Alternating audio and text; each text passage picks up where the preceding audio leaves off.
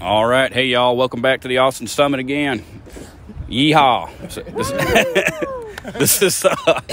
That was my poor attempt at the Texan accent. So, either way, this is Rev20Piece. I am having a great time here at the Austin Summit. Met just a shitload of fucking cool people, cool guys, and it's going good. So we just got done with a kick-ass walk through basically the river hike and bike trail. Austin hike and bike trail right by the river. It was beautiful. Now we're sitting outside of downtown. Gonna hit up Rainy Street for a little bit after this. But yeah, my topic I wanted to briefly talk about, or at least kind of initiate, excuse me, was the kind of the life planning thing. For lack of a better word, life planning. I've kind of, I guess most of my life, I've kind of lived by the seat of my pants and didn't really plan things out a whole lot.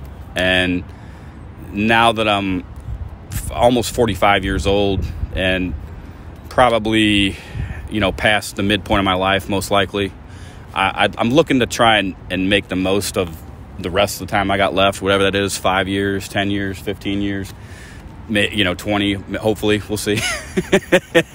If I haven't been too hard on the old body yet. But so there's that. But also part of the life planning is I don't have too much time left with the Army, as far as at least till I can officially retire, even though it's part-time, the reserve thing. But it's still, I've had a lot of fun with the Army, learned a lot, grown professionally, personally in that time. It's been very beneficial to me, the military. But I'm getting to the point where it's time to move on, do something else, and got about 2 years left. So I'm trying to figure out, with this kind of, maybe this associated with like a midlife crisis type thing, I don't know, but just trying to figure out what I want to do post-Army career. And I put it out to the guys before the session, just some things, some type of skills that I have that I'm good at, and some other people here have pointed out some things they saw in me that was helpful. Ronin had a suggestion. I appreciate that. So there's things I'm going to explore. But yeah, I just was wanting to throw out the life planning type topic and see what y'all may have, your thoughts, and just, yeah, kind of go from there and see if you guys had any ideas, for in general, whether it's for me personally or... What do you think? What are you considering? What do you...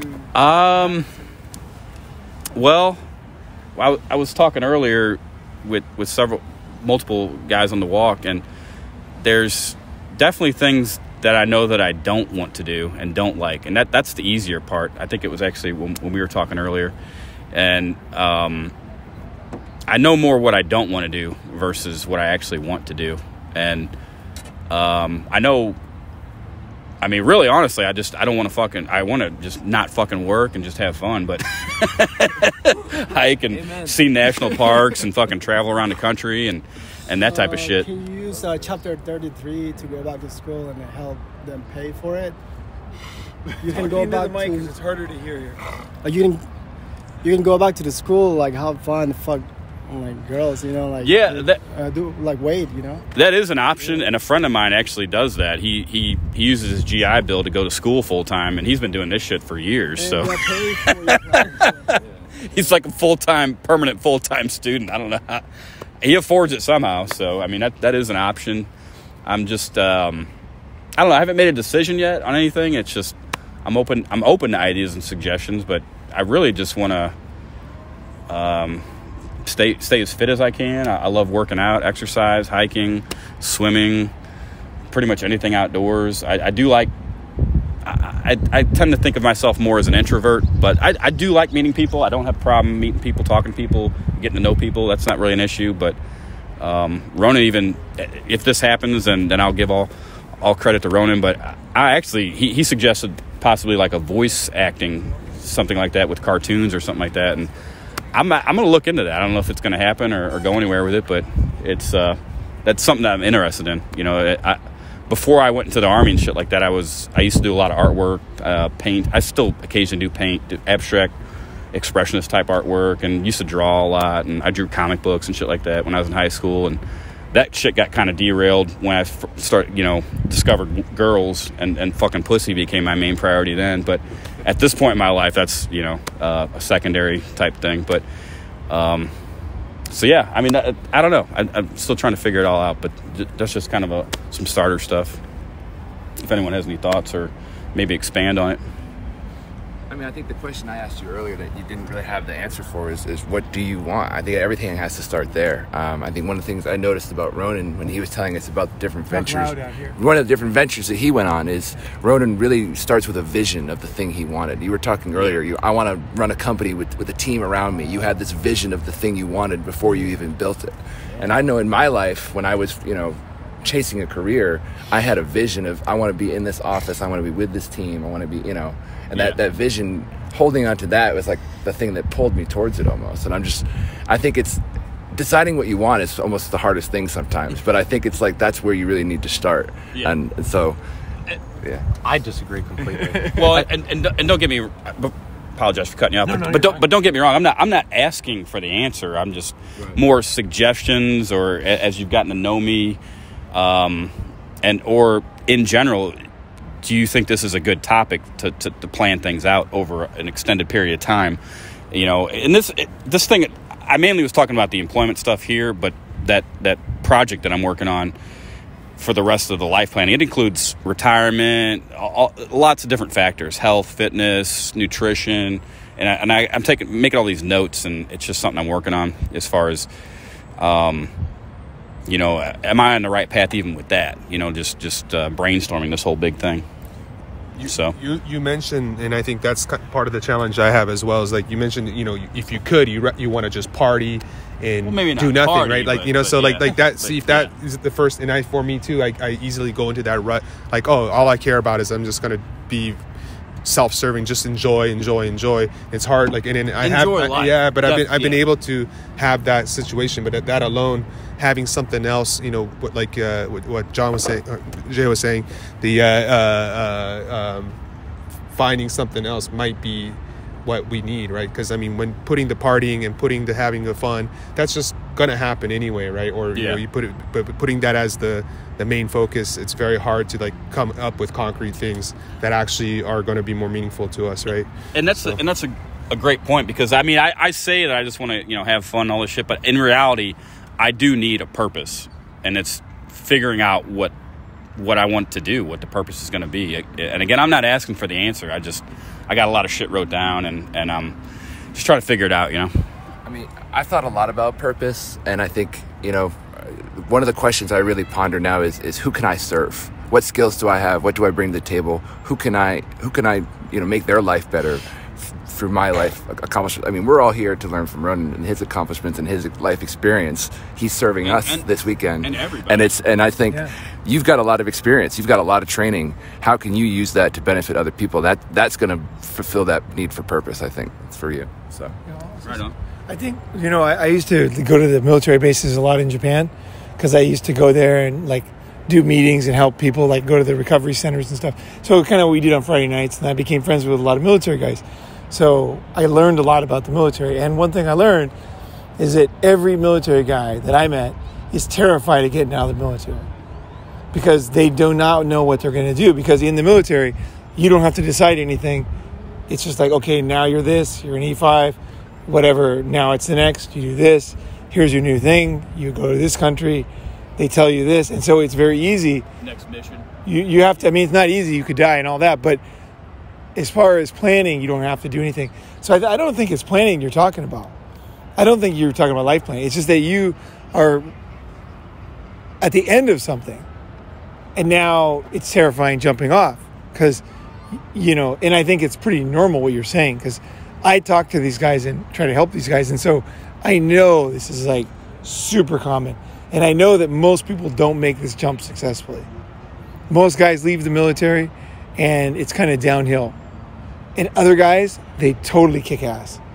So it's a very big difference between guys that quit the military. Extremes?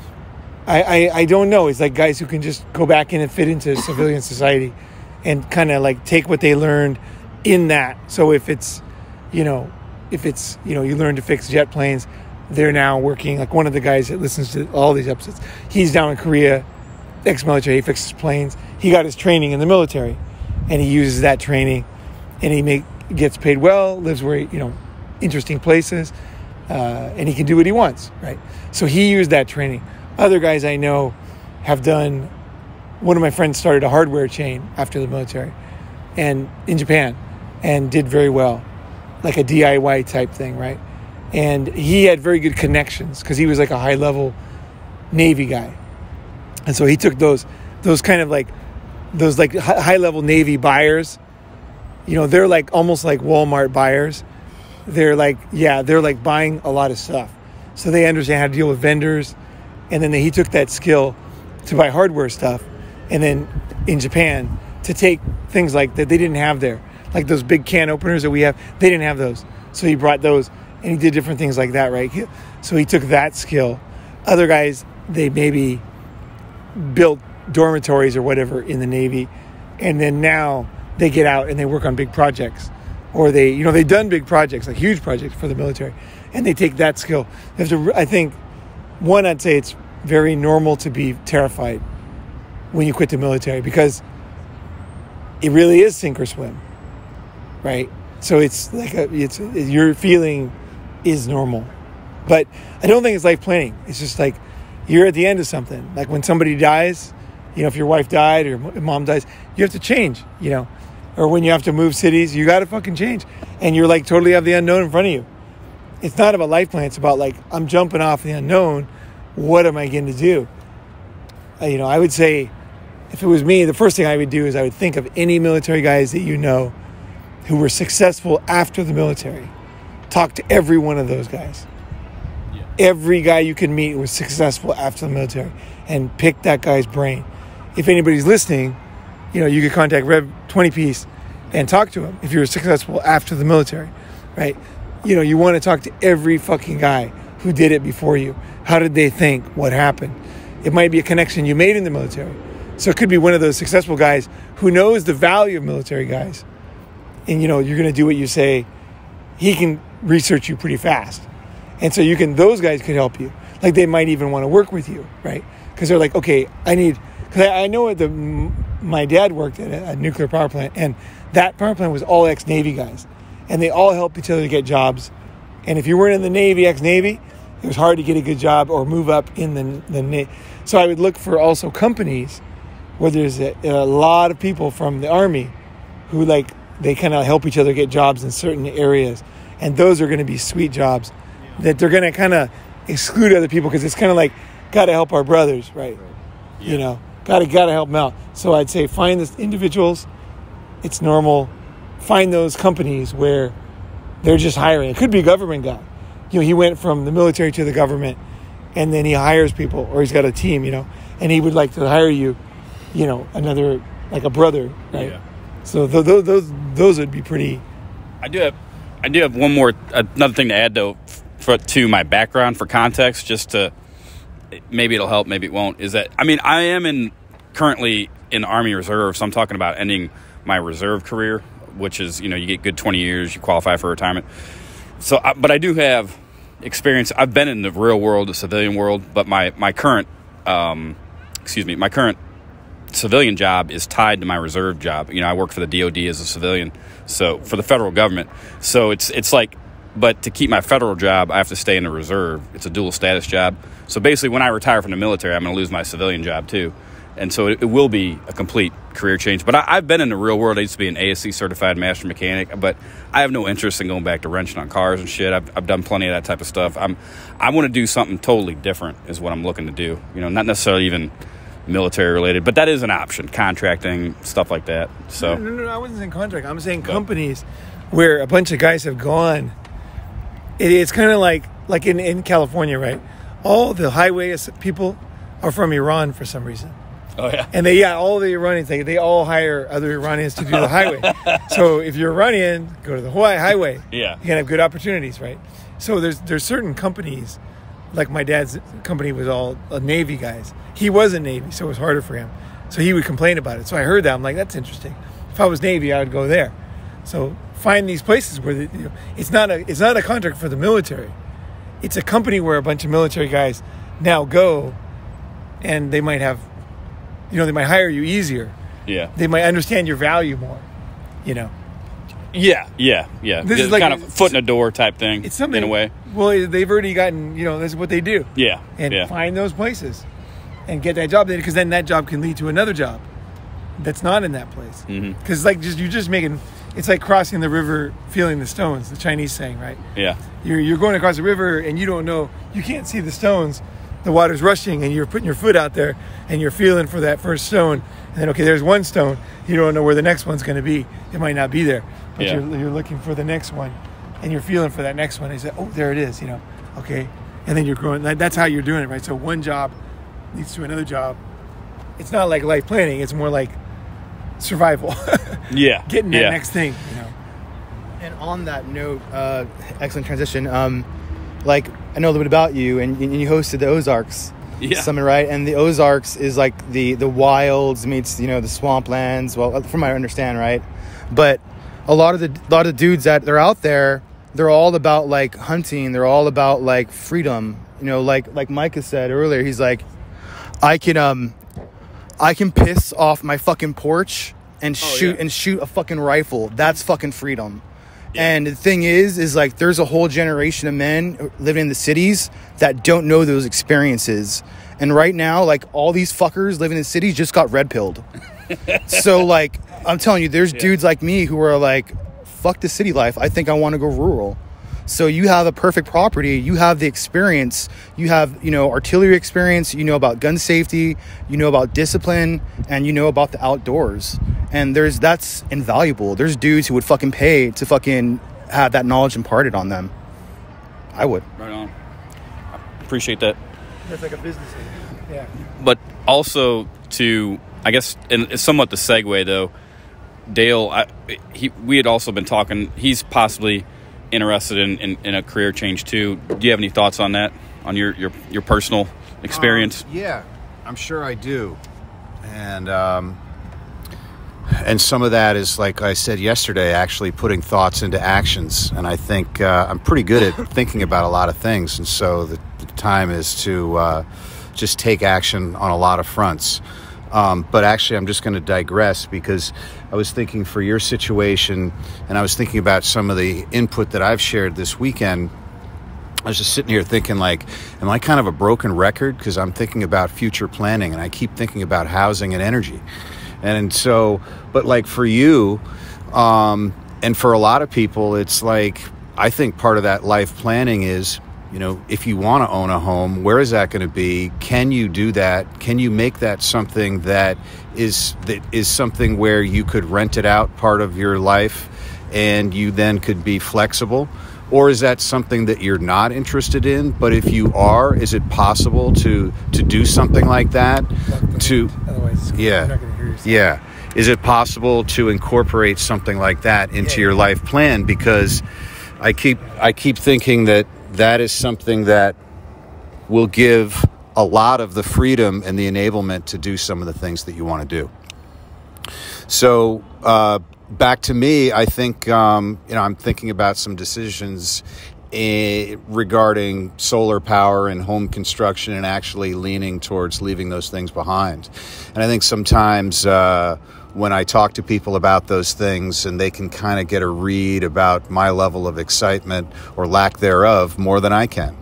But I'm definitely open to some things that might be more IT based. I'm definitely open to challenge myself to get some education. And I do have kind of a list of things that I do want to pursue. And so there's lots for me to work on. So I'm not sure if I've quite answered the question. So you all can give me any further feedback if you like. I think we just need more specifics about what you want. I mean, what are you considering? So, okay. Yes. Like I've mentioned yesterday, there's some areas that I think I can be successful in and that I can see myself pursuing. So one of them is fulfillment by Amazon, and becoming somebody who has the expertise either to help a marketing company and their clients, or to eventually sell my own product. And I also have been thinking about lead generation. I see it in some of the businesses that I'm involved in right now, and I know how valuable that expertise is. And so those are back both of those things are in the digital domain. I think those are things that I might want to pursue. Pretty good. I think right now, weeding some things out is important. So I can see myself making progress in these areas over this weekend. May not sound like it, but I'm definitely really focused on making some decisions quick. I also feel like my horizons have been expanded. Other than that, I'm not really sure what else I have to say. Right on. Well, it definitely sounds like we got some decisions to make between the two of us. But like I was saying earlier, I'm gonna figure it out, or I won't. But I'm pretty sure I'm gonna figure it out. And I do appreciate everyone that's been here this weekend that I've talked to and has kind of given me some ideas, or even if we didn't talk about what I'm personally working on, I do appreciate it. So thank you for everything. Does anyone have anything else, though, before we wrap this one up? I was going to say, in the end of the day, it's all about people. So you hosting the summit was one of the smartest things, because you met a bunch of new guys, and you never know who's going to be the guy, who's going to know the guy, who's going to get you the opportunity. It's definitely proven by many studies that you don't get jobs from people you know. It's from somebody you met one time, generally. It's that person on the very periphery, because if it was that, you would have not be looking for a job, because you would have already had a job, right? So it's the people you know, they already know you. They've already given what they could give, right? It's that person you just met one time at the summit, or you met one time at whatever club it is, and then they're like, and they hear, oh, you need something? I know somebody who needs something. Why don't you talk to that guy? And then boom, you got a job. That's actually how it works. I'm not kidding. That's actually how it works. So you have to meet people. You have to get your name out and tell people, I'm looking for something, Because then 99% of people were they think, why is he telling me this, right? But it's just that one person who's like, oh yeah, my uncle actually has something, and actually he's having trouble finding these people, and he could use somebody. Why don't you give him a call? And then you call him up. The next thing you know, he's turns out to be a great job. It can totally happen. It's all about fucking people and them knowing what you need, Making that connection. It was just making connections with people, letting people know that you're looking for, getting out of the Army, you're looking for something new, and you're going to get better at pitching yourself too. Here's what I did in the military. Here's my skill set, and it's it's like writing your bio. Yeah. And, when you're writing your resume or whatever. I have one. You get better and better at it as the more you do it. When you first on your blog or whatever, first it's pretty sucky. It's pretty boring. But then as you work on it, it gets more and more targeted and got more pizzazz and more hits home, and it's more what you want to do, and it's more accurate, right? Yeah, I like looking at other people's bios too, because you get different perspective. I see a lot of military ones. You got their DA photo, colonels and sergeant majors and all the shit they did, and different awards and stuff like that. So it's kind of cool, just checking other stuff out, getting different ideas from people. So. Bio is fucking hard work. Yeah. Writing a bio is what he's saying. Is find out, what do you want. You can't write a bio if you don't know what you want, because it's a bio is, here's what I know, here's what I want to do, right? So people, it's useful, right? Mm-hmm. It's not here's my resume, you do the hard work for me. It's what I mean? You tell me what I should do. It's no, I did the work. Here's what I need. Do you know anybody? Right on. So yeah. People, man, just keep meeting people. Anybody knows anybody might know somebody? Say, hey, my friend Rev's looking for a job. He's looking for something new. He's getting out of the military. He's got this skill and that skill, but he hasn't told us yet exactly what that is. He hasn't written the bio. But you could write the bio and put it in the group chat. Yeah. That would be a good start.